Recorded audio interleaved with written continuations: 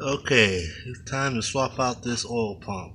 2002 Dodge Ram 4.7. I've already got this bolt taken out. That's part of the pickup tube that you can barely see going down. Yeah, that's part of the pickup tube. Okay, assuming that you already got the front of the engine off.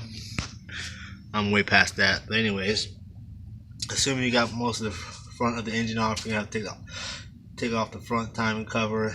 You know what all that entails. Water pump, alternator, AC, all that stuff's got to be removed, and then you can access that oil pump right there. But then you got to also take off the bottom of the oil pan. All right, so yeah, I'll show you that in a second. You got to remove the front cross member. I already got 2 bolts undone.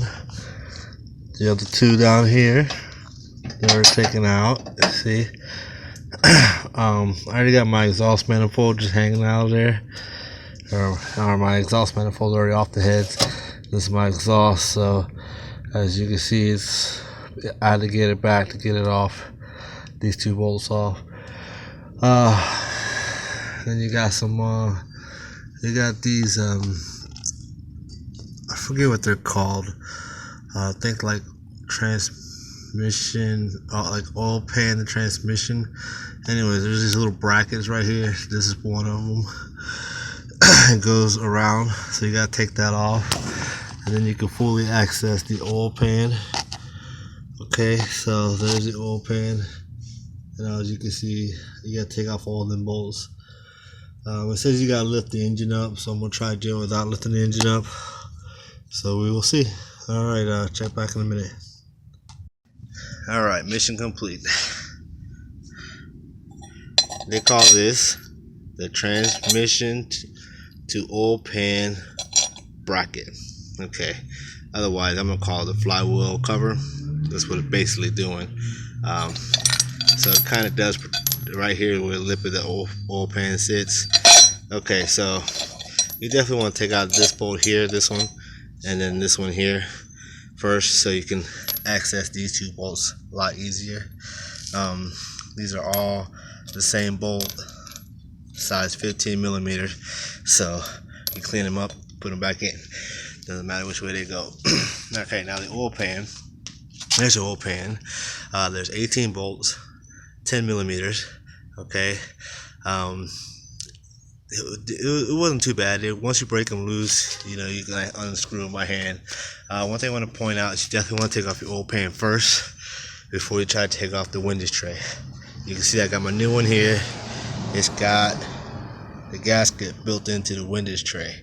So yeah, the reason is because you got your pickup tube, and it has you know, you got 1, 2, and 3. All right, those are size 13 size 13 nuts. Yeah, and right there's 13 bolt, which that goes to your oil pump. All right, so there's 4 altogether to take this off. All right, and that bolts through your windage tray. Okay, so the 3 nuts right there go through this to the bottom of the oil pan. That's what holds everything together. Now that's why I was telling you, you want to take this the oil pan off first, because you will not take this off without unscrewing those. Okay, unscrewing those nuts. So I use screwdrivers, little shorties, and I use a hammer, and I stick it between the oil pan and this windage tray gasket until I went all the way around it until it popped free. You know, the book says use a hammer, like a rubber mallet. Yeah, right. Come on, man. Anyhow, so that's what you want to do. You got to take off the whole front of your engine, go over underneath, take off your front cross member, and then remove this guy here, your flywheel cover, otherwise known as the transmission to oil pan bracket. Then you want to remove this oil pan, okay, and then you want to remove this pickup tube, and then you can remove this guy right here, which is your windage tray. And then after all that, you can take out that right there. It just slides right on out of there. So It's a lot of work, but it's worth it. You want to do your job right, and that's where it goes. So now it's time for me just to clean this guy up right here, because it's looking dirty, rusty. Clean the inside out, and then I get to put it all back together. All right. Stay tuned for the reinstallment of the oil pump.